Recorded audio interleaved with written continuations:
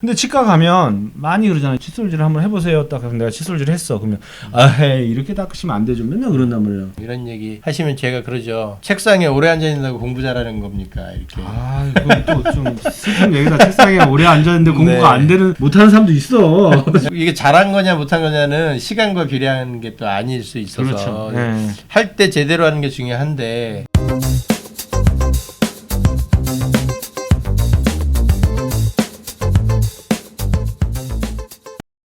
안녕하십니까. 오늘은 건치신문TV에서 치과 상식에 대한 이야기를 하는 코너를 준비했습니다. 코너의 제목은 책 제목에서 따왔는데요. 건강한 삶을 위한 덴탈 IQ 높이기 해서 저자를 직접 모시고 치주질환에 대한 이야기, 치주질환 말이 어려운데 잇몸질환이죠. 잇몸질환에 대한 이야기를 나눠보도록 하겠습니다. 이 책의 저자 중에 한 분이신 조남옥 박사님을 모셨는데요. 이분을 간단하게 소개를 드려야죠. 연세대학교 치과대학을 졸업하셨고요. 연세대학교 치과대학에서 예방치과 박사를 했어요. 그리고 지금은 인천시 서구에서 연세조화치과의원 원장으로 계십니다. 그리고 또 이분이 보통 치과의사 분이 아닌 게 여행 작가이기도 하세요. 그래서 책도 냈었거든요. 치과의사 조남옥의 남미 연가 41일 여행하면서 이제 좋은 사진과 여행기를 정리해가지고 책을 냈었어요. 이 책도 굉장히 아주 인기가 대단했었죠. 막 폭발적이었죠. 네. 우리 직원들한테. 그러면 본격적으로 시작을 해볼까요? 네. 덴탈 IQ 높이기 잇몸 질환 편. 그러면 일단 우선 잇몸 질환에 대한 얘기를 하기 전에 잇몸에 대해서 좀 알아야 되니까 건강한 잇몸부터 한번 설명을 시작해볼까요? 건강한 잇몸이라는 거는 사실은 뭐라고 정의하기가 사실 어렵습니다. 일단 질병이 없는 상태라고 얘기를 했을 때 소극적으로 잇몸에서 치아를 잡아주고 있는 잇몸 뼈도 튼튼하고 잇몸에도 염증이 없이 있는 상태를 일단 얘기할 수 있겠습니다. 그럼 피가 나는 거는 염증의 초기 증상이죠. 초기 증상. 그러면 건강한 잇몸은 피도 안 나고 찔러서 피가 안 나야죠. 찔르는데도 피가 안 난다고? 그렇죠. 그러면 색깔은 잇몸 색깔은 붉은죽죽? 분홍빛으로 되면서 분홍빛. 말랐을 때 귤껍질처럼 오돌도돌한 모습이 네. 보여되겠죠. 그러니까 건강한 잇몸이란 피도 안 나고 밝은 분홍색을 띤 뼈도 튼튼하고 흔들림은 없고 네, 네. 그렇죠. 그런 잇몸을 건강한 잇몸이라고 한다. 그러면 어떤 걸 우리가 염증이 생겼다, 풍치다 이렇게 얘기를 하나요? 일단 뭐 염증의 반응은 5가지 있다고 많이 족보를 외우셨겠는데 네. 일단 초기에 피나는 것부터 시작을 하는 거고요. 음. 나중에 아프고 흔들려서 결국은 빠지게 되는 것까지 순서적으로 가겠죠. 그러면 딱 내 잇몸염증 있나 딱 할 때 제일 먼저 우리가 알 수 있는 게 피가 나는 거. 네. 그래서 피가 날 때 환자분들 중에 잘못 알고 계신 분들은 피가 나서 양치를 더 안 했다고 하시는 분들이 있는데 그거 피 나면 무섭잖아. 일단 그렇죠. 무섭고 건드리면 안 되겠다는 생각을 네. 가지시는 것 같은데 그때 오히려 여기가 덜 닦여진 부위라고 생각을 하시는 게 좋을 것 같습니다. 피가 나는 부위가 염증이 있는 부위니까 덜 닦아서 생겼다. 그러니까 내 칫솔질을 더 해버리겠다. 네네. 피가 나든가 말든가. 그렇죠. 그럼 안 나게 되죠. 그리고 또 어떤 증상들이 있을까요? 그다음에 빨갛게 보이고 아프고 붓고. 박사님이 이게 다 아시는데 네. 약간씩 당황을 하고 계셔가지고 너무 쉬운 문제라. 다시 한번 말씀드리지만 조남옥 박사님은 정식으로 연세대학교 치과대학에서 박사학위를 받으셨고 이제 원래 우리가 그런 분들 있잖아요. 아는 건 되게 많고 굉장히 전문가인데 방송에 약한 분들이잖아요. 조남옥 박사님께서 처음이라서 어쨌든 이 박사님 이제 잘하세요. 그래서 염증의 초기 증상은 피나고 붓고 아프고 증상이 생기는 게 이제 잇몸병이다 하는 거죠. 근데 그러면 왜 생겨요? 잇몸병이? 일단 100% 세균 질환이다라고 생각하시면 될 것 같고요. 풍치가 세균 질환이다. 예전에 사실은 이게 뭐 유전이 있나요, 가족력이 있나요 이렇게 말씀하신 분도 좀 계셨었는데 실제로 이거는 세균에 의한 감염 질환이다 이렇게 그냥 생각하시면 될 것 같습니다. 세균에 의한 감염 질환. 그 세균이 어디서 와요? 어디 밖에서 이렇게 전염되는 거예요? 코로나처럼? 그렇죠. 근데 이제 입안에는 거의 상주균처럼 처음에 있는데 아이가 처음에 엄마 뱃속에서 태어났을 때 입안에다가 면봉으로 넣고 이렇게 긁으면 무균 상태예요. 아이는 무균 상태로 나옵니다. 한 1, 2주 정도 있어서 벌써 해보면은 나오거든요. 벌써 균이. 어디서 왔지 그건? 대부분 밀접한 사람의 입에서 왔다고밖에 볼 수가 없을 거고요. 보통은 엄마 입안에 있는 세균하고 그 아이의 입안의 세균이 DNA를 보면 90% 이상 일치한다 이런 이야기들이 있으니까 가까운 가족에서 전염이 됐다라고 볼 수밖에 없겠죠. 그러면 세균 질환이다. 그럼 세균이 있으면 들어왔어. 그러면 내가 어떻게 대처할 방법은 없는 거예요? 뭐 세균이 들어왔으니까 우리 몸에도 당연히 면역 반응, 방어 기전이 있겠죠. 그래서 대부분의 입안에 있는 세균들은 음식과 함께 위장으로 넘어가 가지고 죽겠죠. 강한 위산에 의해서.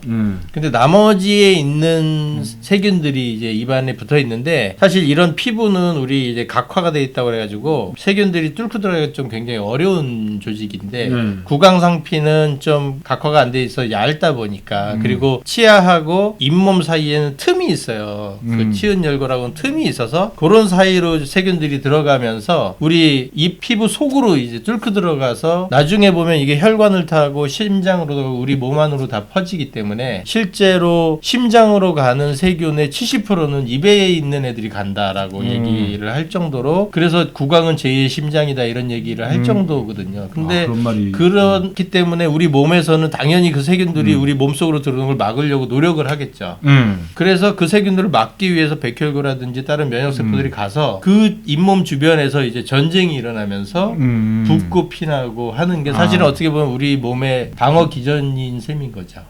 그러니까 정리를 하면 입안에는 세균이 많다. 근데 이 세균이 어떻게든 몸 안으로 들어오려고 한다. 근데 입안에 있는 잇몸은 굉장히 취약해서 피부는 못 뚫지만 세균은 잇몸은 그냥 뚫고 막 들어가려고 하고 뭐 때로 심장까지도 가기도 하는데 그걸 우리 몸은 막아야 되니까 막 막으려고 세균하고 한번 붙고 면역 시스템이 작동을 해가지고 막 난리가 나니까 잇몸이 부르고 피가 난다 이 얘기잖아요. 그게 방어 기전이에요. 네. 염증이. 그래요. 그러면 이는 왜 닦는 거야? 그러면? 세균을 줄여야 되는 방법 중에 제일 확실한 게 문질러서 없애는. 쓸어가지고 비질하는 거죠. 그래서 밖으로 닦아내는 게 제일 확실한 방법이라고 지금은 나와 있는. 그러면 우리가 또 한참 많이 듣는 게 세균 하면서 뭐 텔레비전 광고 같은 데 보면 플라그 얘기를 많이 하잖아요. 어떤 분들은 그냥 입안에 있는 세균을 플라그라고 부르나 보다 뭐 이렇게 생각하시는 분도 있거든요. 플라그가 뭔지 그리고 플라그가 세균이랑 잇몸 건강은 무슨 관계가 있는지 한번 좀 간략히 설명해 주실까요? 옛날에는 세균들이 모인 덩어리가 그냥 플라그다라고 생각을 했었어요. 근데 지금 요즘에 와서는 플라그는 세균들의 집단보다 또 상위의 개념으로 생각을 하고 있습니다. 그래서 세균들이 그 플라그 안에는 여러 종류의 세균들이 모여서 하나의 유기적인 시스템을 만들어서 서로 정보도 공유한다고 얘기를 해요. 그래서 항생제가 들어올 때 각각의 세균들이 있을 때는 그 항생제 때문에 죽더라도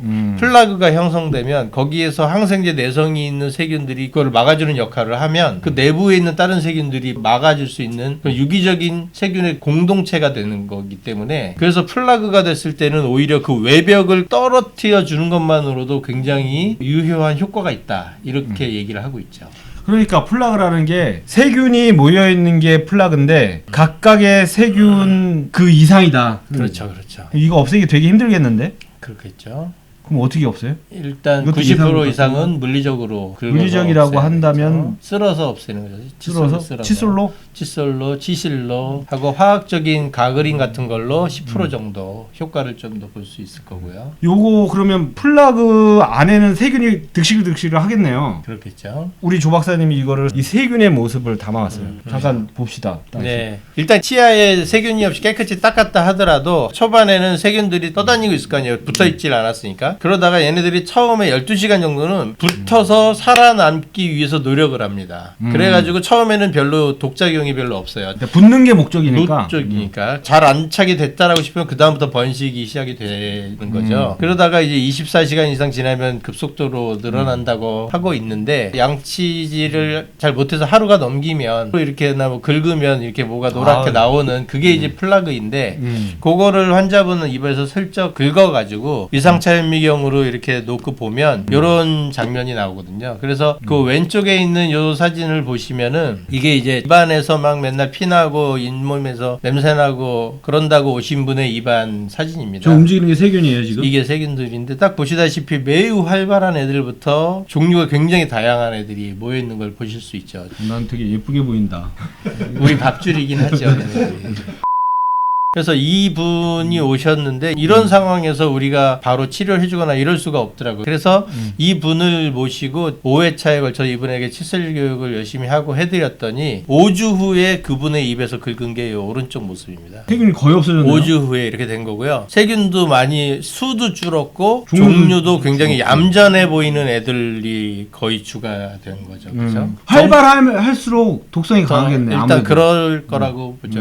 오른쪽에 있는 세균들이 주로 있다라고 하면은 플라그가 좀 생기더라도 왼쪽 데이보다는 훨씬 덜 위험하겠다 이렇게 생각할 수 있겠죠. 오. 환자들에게 칫솔질을 잘해야 된다고 교육할 때 제가 볼 때 제일 효과가 좋은 게 이거. 진짜 환자분들이 보면 내 입에서 이게 나와서 저렇게 세균이 엄청나게 돌아다닌다라고 생각하면 야 이렇게 세균이 많나 하는 생각이 들겠어요. 조금 뛴 게 뭐 몇 억 마리 될 테니까요. 그러면 치태가 되게 잇몸병을 일으키고 네. 세균이 득식을 하는데 그러면 이걸 어떻게 관리를 해야 될까요? 어떻게 치료를 하고? 아직은 플라그인 단계에서는 칫솔로 문질러 주는 단계로 제거가 됩니다. 칫솔질만으로 다 해결이 다 떨어질 수 있어요. 떨어질 수 있는데 사실은 이가 이렇게 평평한 게 아니라 이와 이 사이 굴곡이 있고 그러다 보니까 이 틈틈이 이와 이 사이 틈틈 이와 잇몸의 틈 이런 사이까지 잘 닦기가 어렵죠. 그래서 그런 곳에 세균들이 붙어가지고 보통 뭐 2, 3주 정도 지나면 이게 딱딱하게 굳기 시작하면서 치석으로 변해 간다고 하거든요. 치태가 네, 치태 2, 3주 정도 지나면 치석을 만든다. 네. 우리가 흔히 스케일링 할 때 돌처럼 나오는 돌처럼 그걸 나오는 얘기하는 거를 치석이 되는데 치석이 일단 또 되고 나면 또 문제가 뭐냐면은 칫솔로 얘는 안 떨어져요. 치석이 되기 전에 는- 제거를 해야 되는데 그러면 이 치석은 어떻게 제거하나요? 그래서 그 치석은 사실은 전문가가 강제로 좀 떼어주는 수밖에 없습니다. 스케일링을 해야 되는데 사실은 이 잇몸병 풍치의 진행이라고 하는 것도 아주 단순합니다. 처음에 치태가 많았던 부위에 생겼다가 그 후에 치아가 있으면 이 겉 부위는 대부분 사람들이 칫솔질을 잘하거든요. 근데 치아하고 잇몸 틈 사이는 잘 못하기 때문에 그쪽에 생긴 치석들이 문제인데 그 치석들이 생겼는데 걔를 안 떼어주면 얘네들이 속으로 자꾸 파고 들어가면서 치석이 계속 생기고 세균들이 안으로 계속 들어가게 되거든요. 그럼 더더욱 제거하기가 힘들겠네요. 점점 더 제거하기 어려워지고 여기서부터 문제가 되는데 잇몸만 부었다 그러면 우리가 잇몸 염증, 치은염이라고 얘기한다면은 이게 안으로 들어가서 치아를 붙잡고 있는 뼈가 녹기 시작할 때부터 우리가 치주염이다, 풍치다 얘기를 하는데 여기서부터는 이제 어떻게 보면 영구적인 손실, 영구적인 해를 끼치고 다시 되돌릴 수 없는 비가역적인 상황이 되기 때문에 안 좋은 상황이 그러니까 우리가 되는 거죠. 그러니까 치태가 딱 이제 이를 안 닦으면 붙어 있다가 한 2주 정도 시간이 지나면 딱딱해지고 이게 주로 이하고 잇몸 넘어가는 경계 부위에 있다가 제거 안 되면 점점 딱딱해져서 점점 커져. 그러면서 밑으로 파고들어. 네. 파고들면서 뼈를 녹여. 그 뼈 녹으면 그건 다시 안 생기니까. 다시 안 생겨. 치석을 떼어내도 녹은 뼈는 돌아오지 않고 네. 뼈를 녹이면 그건 돌아오지 않는다. 돌아오지 않는다. 그렇죠. 네. 그리고 우리 조남옥 박사님께서 준비해 오신 게 있어요. 제가 질문을 할게요. 네. 스케일링을 하면 치아 사이가 벌어지는 건가요? 네. 그래서 제가 그 사진을 준비를 준비해 오셨어요? 네네. 그 또 하나 궁금해요. 스케일링을 하면 이가 깎여 나가서 실인 건가요? 사실은 이 사진처럼 치아 사이를 치석이 꽉 붙어 있는 상황이었는데 한 번에 이걸 다 떼면 얼마나 허전해지겠습니까? 치과에서 이 다 사이가 망쳐놓은 거죠. 다 망쳐놨다고 생각하고 그 그게 다음에 아니에요? 치아를 덮고 있는 저걸 다 긁어냈으니까 이가 갑자기 막 좀 시려진 느낌이 들 텐데 거의 대부분의 스케일러로는 치아가 파이거나 손상되지 않는다고 일단 보고 있으니까 치석만 뗐다고 볼 수 있겠죠. 그러니까 치석을 제거했더니 뭔가 있던 게 없어졌어. 그러니까 이거 치과에서 이를 다 망쳐놨다라고 생각하시는데 사실은 붙어있던 세균이 열심히 커서 단단히 붙어있던 그걸 제거한 거죠. 네. 그리고 그걸 떼어내고 나니까 약간 허전한 거죠. 그래서 중요한 게 치석이 되기 전에 치태를 제거하는 게 중요하고 그 다음에 치석이 됐으면 빨리 스케일링을 받는 게 중요하겠네요. 그래서 정기적으로 저희들이 스케일링을 받으시라고 얘기하는 게 처음에 치석이 생기면 요 잇몸 위에 근처에 생기거든요. 사이 근처에. 그럼 요때는 진짜 스케일링만 하면 끝나는 거죠. 간단하게 끝나는데 요걸 놔둬서 치석들이 더 안으로 파고 들어가게 되면 걔를 띄기 위해서 기구를 저 속으로 넣어야 되는데 잇몸이 엄청 아프겠죠. 그러면 그걸 아프기 때문에 또 마취를 해야 되고 또 긁어야 되고 그 전에 내 몸에 있는 뼈는 녹았고 되고 잇몸은 또 그걸 치료하려면 또 주사도 맞아야 되고 더 아프고. 자, 혼자 그러면 일단은 스케일링이 굉장히 중요할 것 같고, 그리고 치태 단계에서 제거하는 게 정말 중요할 것 같은데, 네네. 치태 단계에서 제거하는 방법은 칫솔질이고 칫솔질. 칫솔질이 그래서 치주병 예방에서 70-80%라고 일단은 봐야 되겠죠. 근데 치과 가면 많이 그러잖아요. 칫솔질을 나는 잘한다고 했는데 치과에서 네. 딱 그러거든요. 칫솔질 한번 해보세요. 딱 그래서 내가 칫솔질 했어. 그러면 아헤 이렇게 닦으시면 안 되죠. 맨날 그런단 말이에요. 그렇죠. 그래서 그러면 정말 칫솔질이 제대로 하는 게 제대로 안 한 거랑 뭐 많은 차이가 있는 건가요? 그렇죠. 저희도 환자분들이 그런 얘기 많이 합니다. 하루에 3번 제대로 맨날 하는데 왜 이럴까요? 뭐 이런 얘기 하시면 제가 그러죠. 책상에 오래 앉아 있는다고 공부 잘하는 겁니까? 이렇게. 아, 이건 또 좀 슬픈 얘기다. 책상에 오래 앉았는데 공부가 네. 안 되는 못하는 사람도 있어. 이게 잘한 거냐 못한 거냐는 시간과 비례하는 게 또 아닐 수 있어서 그렇죠. 네. 할 때 제대로 하는 게 중요한데 무심코 닦으면 닦은 데만 계속 닦아서 이가 패이게 되고 안 닦은 데는 계속 안 닦아서 쌓이게 되고 이런 깨끗한 데만 양극단에 닦는 거네요. 깨끗한 데만 닦고 더 닦고 정작 필요한 데는 좀 안 닦고. 그런 일이 생기는 자, 거죠. 그러면 여기서 진짜 중요한 게 어떻게 하면 잘 닦는 건지 뭐 그게 핵심이겠네요. 이술질을 어떻게 할 것인가. 그렇죠. 자료가 있나요 혹시? 그 칫솔질을 할 때는 칫솔부터 좀 중요한 것 같아요. 칫솔의 크기 크면은 닦은 데만 계속 닦을 가능성이 닦은 데를 2번, 3번 계속 닦으면 이에는 또 안 좋을 수 있거든요. 마모가 되기 때문에. 아, 클수록 좋은 게 아니에요? 그러니까요. 커야 한 방에 여러 개를 닦을 수 있을 거 아니에요. 근데 안 닦인 데도 닦겠지만 닦은 데를 더 닦을 가능성이 사실은 더 높은 거죠. 그래서 네, 그래서 한 치아 2개 정도를 두 개? 어금니 2개 정도를 한 번에 할 수 요 정도 있는 될까? 한 마디 정도, 한 마디 정도. 2cm에서 2.5cm 정도 되는 그 정도 크기의 칫솔 모면 충분하고요. 일단 생각하실 때 구획을 나눠서 닦으시게 하는 게 중요합니다. 그래서 어금니 부위, 그다음 작은 어금니하고 송곳니 조금, 앞니 이렇게 그래서 그러니까 무턱대고 닦는 게 아니라 구획을 여기, 나눠야 빼먹을 확률이 줄어들죠. 딱. 왼쪽 위에서부터 해서 오른쪽으로 가겠다. 뭐 이렇게 구획을 그렇죠. 나눠서. 그러면 이게 시간이 제대로 하려고 해도 굉장히 오래 걸리죠.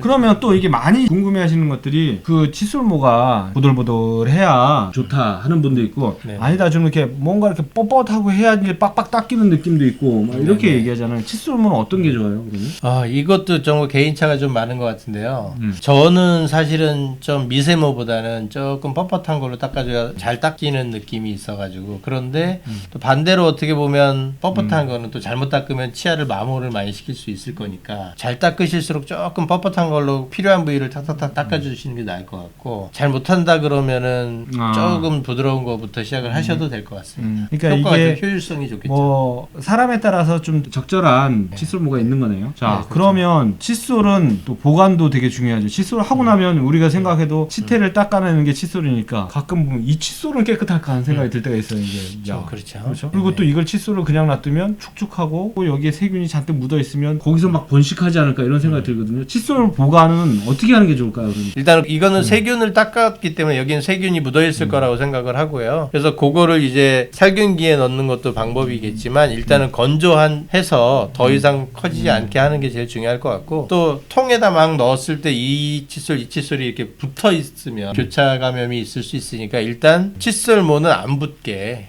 따로따로 떨어진 채로 건조하게 보관이 되는 게 제일 중요한. 자, 그러면 이 칫솔이 제일 중요한데 칫솔은 가능한 한 작은 거 그리고 미세모나 뻣뻣한 거나 이런 거는 자기에게 맞는 거를 적절하게 선택하고 가능하면 건조하게 잘 보관하고 그러면 칫솔을 해서 얼마나 쓰나요? 칫솔을 얼마마다 갈아야 되나 하는 것도 사람마다 그렇죠. 많이 궁금해하는 것 같아서 네네네. 칫솔모가 좀 벌어졌다 싶으면은 새 걸로 교체하는 게 좋고 보통은 2-3개월 정도라고 보는데 좀 덜 닦으신 분은 더 쓰겠지 아무래도. 자, 그러면 이런 게 있잖아요. 그렇죠. 칫솔만으로 칫솔질을 할 거냐 치약만으로 할 거냐 둘 중에 하나만 고르자면 한다면? 어떤 게 더 효과적일까요? 일단 문질러 내는 게 제일 효과가 좋은 거죠. 치약으로서는 치약에 있는 성분들이 화학적인 효과를 조금 더 주는 거지만 1차적으로는 문질러 내는 게 70-80%라고. 그러니까 칫솔이 중요하겠네. 칫솔을 문지르는 게 왼칫솔로 하는 게 아무리 훌륭한 치약이라도 문지르지 않으면 효과가 없다. 그렇죠. 자, 그러면 여기까지 우리 잇몸관리 최고의 전문가이신 조남옥 박사님을 모시고 얘기를 들었고요. 오늘 이 조남옥 박사님 이렇게 오셔서 방송을 한다 그러니까 곳곳에서 궁금한 게 되게 많으시다고 각지에서 그래서 연락이 왔어요. 그래서 저희가 현장에서 비록 녹화 방송이지만 자 전화 연결을 지금 청취자하고 전화 직접 오나요? 해볼게요. 전화가 오네요. 여보세요? 네, 여보세요? 네. 예, 어디 계신 누구시죠? 용산구에 사는 일반인입니다. 오늘 저희 방송 있는 걸 어떻게 아시고 전화를 직접 주셨어요? 아, 네. 그리고 조 박사님의 전화번호도 어떻게 아시고 직접 핸드폰으로 전화를 주셨습니다. 예, 뭐가 궁금하신 거죠? 여기 어디 도청장치가 있나 본데요. 아, 네. 궁금한 거는 진짜 자일리톨 먹어도 효과가 있는 거예요? 아, 핀란드 사람들이 매일 자기 전에 씹는다는 거. 그래요, 네네. 그래요. 아, 지금 그런 질문 많죠. 자일리톨 씹으면 잇몸에 좋나? 이 자일리톨이 효과가 정말 있는 건가요? 세모라고 해야 될까요? 효과가 있을 수도 있고 없을 수도 있고 그 세균들이 당분이 들어오면 먹어서 자기의 에너지원으로 쓰고 산을 배출하게 되는데요. 당분이 없으면 자일리톨이 설탕과 비슷한 모양이기 때문에 얘네들이 설탕인 줄 알고 먹죠. 먹는데 소화를 못 시켜요. 이 세균들이. 그래서 먹으라고 힘을 썼는데 소화를 못 시키고 다시 배출하느라고 에너지를 소모합니다. 쓸데없는 데 힘을 쓰는구만. 그렇죠. 그러다 보니까 얘네들이 자일리톨을 먹고 또 배설하고 또 배고프면 먹으면 또 배설하면서 점점 힘이 빠지는 거죠. 근데 문제는 옆에 설탕이 있으면 이걸 안 먹죠. 아, 그렇지. 자일리톨보다 더 맛있는 게 있는데. 네, 뭐 있는데 이거를 먹을 일이 없습니다. 그러다 보니까 제일 좀 아이러니한 게 뭐 자일리톨을 넣은 요구르트라든지 뭐 만약에 이런 게 있다면은 그 자일리톨은 아무 효과가 없는 셈이 되는 거죠. 양치를 깨끗이 하고 입안에 균이 적어졌을 때 그리고 당분이 없어졌을 때 그때 효과가 해서 있겠죠. 아주 그냥 쇠기를 박아버리는 박아버리는 그런 거죠. 굶어 죽게 만드는 거. 아, 그 중간에 전화를 끊어버리셨어요. 답이 됐나요? 네. 아, 됐다고 저기서 멀리서 네, 전화를 해주셨어요. 그러네요. 전화가 또 왔나요? 네. 어디에 계신 누구시죠? 예, 저는 정발산 사과나무 치과 원장 김영선입니다. 아, 네. 이 치과의사 선생님께서 전화 주셨네요. 네. 예. 예, 우리 저명하신 조 박사님께 제가 질문이 있어서 전화드렸는데요. 네. 저희 환자들은 이를 닦기를 배우는 걸 너무 싫어하세요. 그리고 화를 내시는 분들도 많고 그냥 나는 열심히 치과 올 테니까 어떻게 좀 해결이 안 되겠느냐 이런 분들이 좀 고민이 있고 또 한 가지는 이가탄을 그렇게 좋아하시거든요.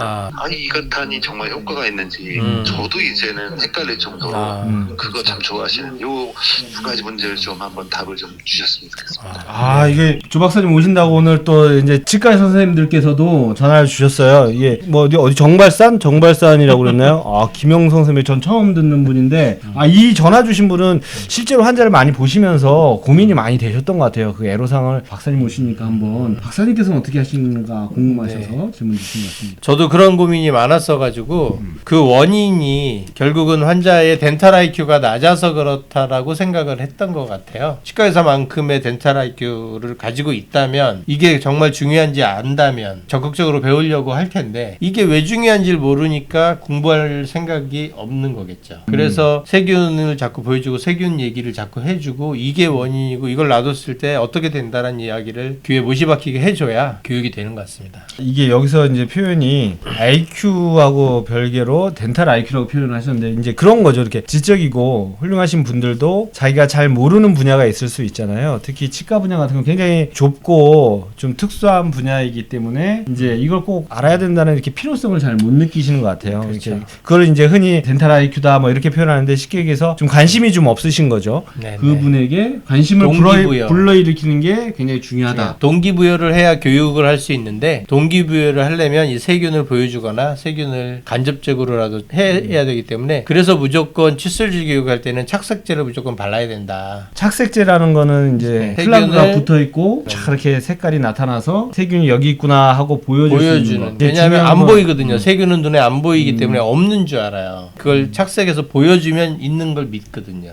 착색을 해서라도 여기에 치태가 있다. 있습니다 하는 걸 보여드려서 그래서 익스플로러로 긁었을 때 그 색깔이 없어지는 것만 봐도 그래서 여기 제가 지금 세게 닦는 게 아니고 슬슬 문지르는데 이렇게 없어지잖아요. 칫솔이 여기 24시간 동안 한 번도 안 지나간 거예요. 이렇게 얘기를 해주는 게 동기부여가 굉장히 교육에서는 되게 중요하다. 중요하다. 그러면 약으로 어떻게 해결을 그렇죠. 하시려는 분들이 많거든요, 사실은. 그렇죠. 그럴 때 이제 설명을 드리는데 환자분들께서 이 약을 드시고 좋아졌다 그러면 아닌데 이 효과가 없는데 환자분들이 좋아졌다니까 내가 잘못 알았나 이런 생각을 하실 수도 있거든요. 그럴 그러니까요. 때는 어떻게 설명을 드리나요? 저는 일단 환자 처음부터 세균에 대한 이야기를 많이 하고 시작을 하기 때문에 그 약이 세균을 죽일 수는 없다. 그냥 뭐 염증의 약간의 완화 효과 정도 있을 수 있는데 칫솔질 한 번 더 제대로 하시는 게 훨씬 유용합니다. 그러니까 약을 삼시세끼 드시는 것보다 칫솔질 한 번을 더 하는 게 훨씬 돈도 절약되고 효과도 더 네. 크다. 그 이제 박사님께서 설명을 되게 잘해 주시는데 전화로 질문이 왔는데 전화를 끊고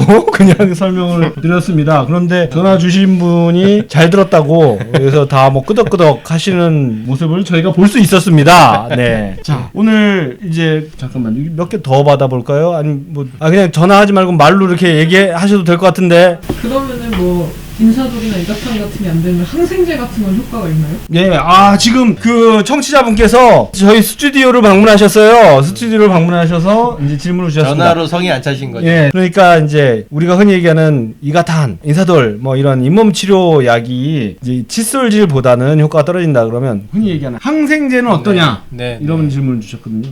항생제도 두 가지 효과가 있을 거예요. 연고처럼 발라서 하는 직접 겉에 있는 애들에게 쓰는 항생제 아니면 먹어서 피 속을 돌게 하는 항생제. 그 아까 얘기했듯이 잇몸 속에 들어가서 이제 혈관을 따라서 백혈구하고 싸우고 있는 애들은 항생제 먹었을 때 도움이 되겠죠.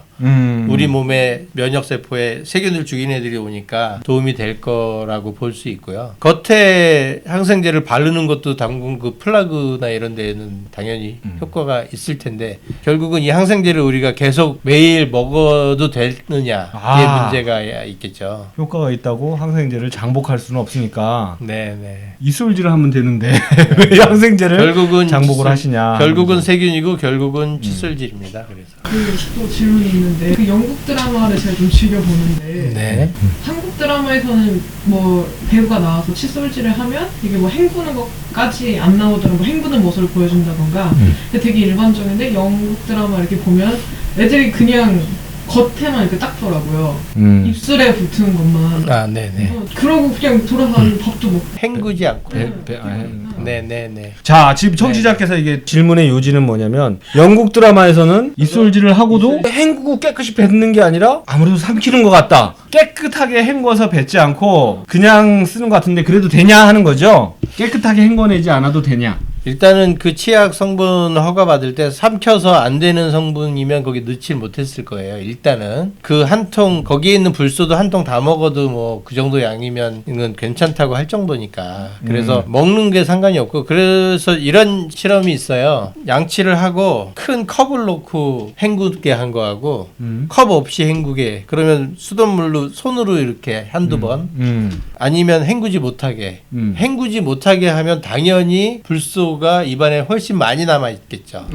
그래서 치약의 화학적인 그 세균 제거 효과가 훨씬 오래 남게 돼 있는 거죠. 치약의 효과가 극대화된다. 이렇게 생각하시면 돼요. 그게 치약이 아니고 가글액이었다면 어떻게 하세요? 가글액이었다면 가글하고 뱉고 그걸 또 헹구진 않잖아요. 그렇지. 치약도 가글액이 조금 더 페이스로 좀 진하게 나온 것이라고 생각하시면 되거든요. 실제로는 많이 헹구지 않는 게 치약의 효과를 극대화 볼 수 있는 방법이다. 효과도 좋고 안전성은 걱정할 필요 없다. 걱정 필요 없다. 앞으로는 영국 드라마도 보시고 치약도 삼키시고. 그런데 이 막간을 이용해서 치약은 얼마나 짜서 쓰는 게 좋나요? 많이? 아니 그냥 완두콩 크기 정도라고 얘기하니까요. 완두콩, 그 광고에서 많이 쓰라고 쭉 짜는데 절대 그렇게 짜시면 오히려 거품이 많아서 양치하기가 더 어렵죠. 아까도 얘기했지만 치약의 효과보다는 칫솔의 효과이기 때문에 그러면은 영치한 다음에 그 리스테린이나 가그린을 쓰면은 좀 이렇게 효과가 좋아지나요?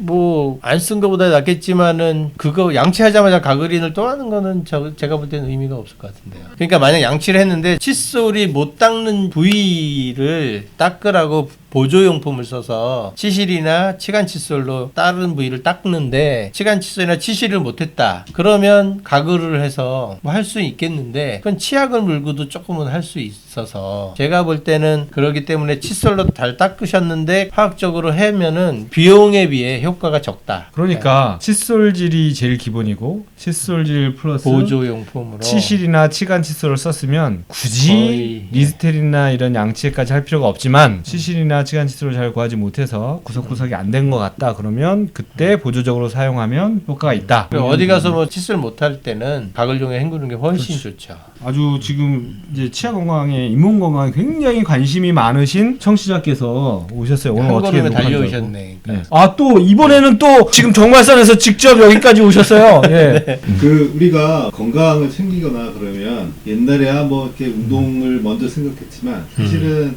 운동을 하고 싶으면 우리가 운동복을 먼저 사잖아요. 그런 것처럼 뭔가 치아가 내가 약해졌다 이런 걸 느끼면 일단 고급 프리미엄 치약을 써보고 싶고 프리미엄 칫솔들이 있어요. 그거 되게 비싸거든요. 엄청 비싸던데 진짜. 그거를 쓰면 좀 더 효과가 있지 않을까 이런 생각이 들어요. 그래서 네. 프리미엄 치약, 프리미엄 칫솔 이거 효과가 있는 건지 일단 프리미엄 치약 그게 어차피 좋아봐야 20%에서 내외인데 얼마나 큰 차이가 있을까 싶고요. 칫솔은 진동 칫솔 중에 초음파 세척되는 이런 것들은 사실 효과가 좋거든요. 근데 좋은 전동 칫솔을 쓰면서도 못 닦는 분들은 결국은 칫솔이 거기를 닿아서 문질러 줘야 되는데 아무리 좋은 칫솔이라도 거기 안 닿으면 안 닦이니까 구획을 나눠서 꼭 빠짐없이 닦아주는 게 무조건 일단 제일 중요하다. 닦는 방법 중에는 초등학교 때 네네. 비디오 같은 거 틀어주면서 네네. 배웠었던 닦는 방법이 네네. 회오리법이라고 네. 해가지고 하는데 네네. 그 효과가 있나요? 초등학교 때는 풍치가 잘 안 생기니까 충치 예방 목적이 일단은 제일 크죠. 그러니까 치아 면을 골고루 닦아주면 되니까 그런 거고요. 성인이 돼서는 사실은 충치가 좀 잘 안 생기고 풍치가 좀 많이 생기다 보니까 어떻게 보면 치아와 잇몸 사이 틈을 잘 닦는 게 훨씬 중요해졌어요. 그러다 보니까 풍치 관련돼서는 이하고 잇몸 사이를 닦아주는 요 틈 사이를 닦아주는 게 훨씬 중요하고 야, 이 역시 박사님은 막힘이 없이 술술 알기 쉽게 귀에 쏙쏙 들어오게 설명을 잘 해주시는 것 같아요. 자, 그러면 혹시 마지막으로 요거는 이제 내가 자료를 준비해서 꼭 설명해 드리고 가야 되겠다 하는 거 간략하게 설명해 주실까요? 잇몸 질환의 진행 순서죠. 처음에 건강한 잇몸부터 빠질 때까지 이 과정을 이해하시면 자기의 치아가 지금 어느 수준에 와 있는지를 아시면 그게 굉장히 중요할 것 같아요. 그래서 치아가 있는데 그 원래 20대 때 있었던 뼈가 이만큼 있었던 게 조금씩 내려가기만 하는데 정말 어떤 분들은 60, 70이 되셔 오셔도 거의 그대로의 뼈가 그렇죠. 가지고 있는 분도 있고 어떤 분들은 30, 40대인데 정말 이렇게 내려가 있으신 분도 있고 근데 이렇게 내려가신 분을 아무리 해줘도 이걸 정말 이렇게 올리기는 어렵거든요. 그래서 이게 내려가기 전에 유지하는 게 목적이기 때문에 자기의 현재의 잇몸 상태가 어떤지를 보고 그거를 유지하려면 어떻게 해야 되는지 꼭 보셔야 될 것 같고요. 이런 분들이 스케일링 나 매해 받아요. 스케일링이라는 거는 결국 이 위에 있는 치석을 띈 건데 실제 내 몸에 있는 뼈를 녹이는 애들은 이 밑에 있는 애들이거든요. 이 속에 있는 애들은 놔둔 채 겉에만 맨날 청소하는 것도 의미가 없어요. 그래서 치과에서 이 잇몸 치료를 잘 안 해주는 데도 있겠지만 정말 이 잇몸 치료를 잘 해주는 치과가 주치의라고 생각하시고 그런 치과 가서 정말 이 잇몸 속에까지 그래서 제가 사진 준비한 게 겉에는 깨끗한데 잇몸이 계속 부어서 마취해서 잇몸을 열어보니까 결국 그 속에 치석이 저렇게 보이잖아요. 그러면은 저거를 떼어주는 거거든요. 그러면 이게 스케일링이 아니냐 하는데 결국 잇몸 수술도 스케일링을 하는 거거든요. 저 잇몸 속에 있는 거를 스케일링한다. 스케일링한다. 잇몸 치료냐, 잇몸 수술이냐, 스케일링이냐는 치석을 띄고 플라그를 제거해 주는데 위치에 따른 어떻게 보면 부분이지 실제로 하는 건 똑같습니다. 그래서 일단 한번 마음 먹었으면 저 밑에 있는 것까지 깨끗하게 한 번은 청소해 주시고 그 다음에는 6개월이다 그러면 겉에만 생겼을 거라고요. 그러면 스케일링만 하면 끝나는데 그걸 또 몇 년 또 쌓아서 또 내려가게 하지 않으셨으면 좋겠어요. 그래서 현재 본인 상태가 어딘지를 알고 그거를 유지하도록 노력했으면 좋겠다. 이게 제일 관건이죠. 아, 오늘 진짜 자료도 많이 준비해 주시고 설명도 귀에 쏙쏙 들어오게 해주셔서 아주 유익한 시간이 됐던 것 같습니다. 건치신문 TV가 앞으로도 네. 이렇게 치과 상식에 대해서 치과 질환에 대한 어떻게 우리가 예방하고 어떻게 치료하고 어떻게 관리할 것인가에 대해서도 꾸준히 알려드리도록 하겠습니다. 오늘 우리 조 박사님 굉장히 수고하셨고요. 네. 그리고 멀리서 용산구에서 오신 청취자님, 그리고 그래서 일산에서 오신 김영성 원장님이신가? 아니 처음 들어봐가지고 이름을 김영성 원장님께도 감사드립니다. 여러분 감사합니다. 네, 감사합니다.